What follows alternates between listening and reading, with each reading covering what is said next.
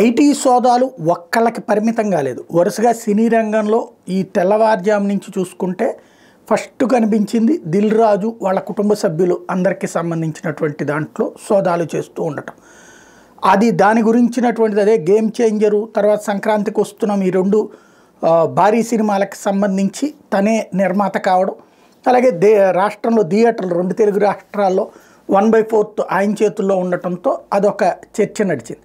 ఈలోపు మైత్రి movie makers ఏదైతే పుష్ప 2 సినిమాకి సంబంధించి సక్సెస్ అయినటువంటి నేపథ్యంలో వేల కోట్ల రూపాయలు టర్నోవర్ జరిగిందని వాళ్ళు ప్రకటించినటువంటి సందర్భంలో వాళ్ళ దాంట్లో సోదాలు చేయడం అన్నటువంటి ఇంకొకటి జరిగింది.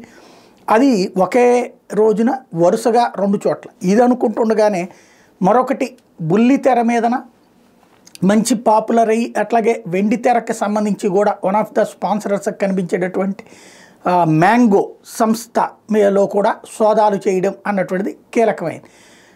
అయితే ఇక్కడే వార్తల దాన్ని ప్రొజెక్ట్ చేసినటువంటి వాళ్ళు ఏంటంటే సునీత భర్త రాముకి సంబంధించిన రాము అనేటటువంటి ఆయన చాలా పాపులర్, మ్యాంగో అనేటటువంటిది చాలా పాపులర్. ఆమె వ్యక్తిగతంగా పాపులర్, సునీత తనకు సంబంధించి. ఇక్కడ మ్యాంగో సంస్థ ఎప్పటి నుంచినో బాగా పాపులర్.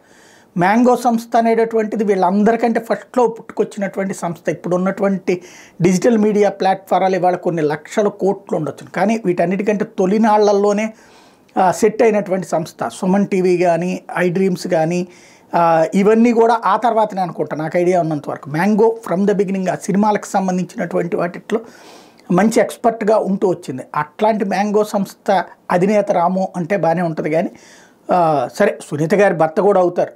అట్లాగని చెప్పి సునీత గారిని పరిచయం చేసినప్పుడు రాము గారి భార్యని పరిచయం చేయట్లేదు కదా.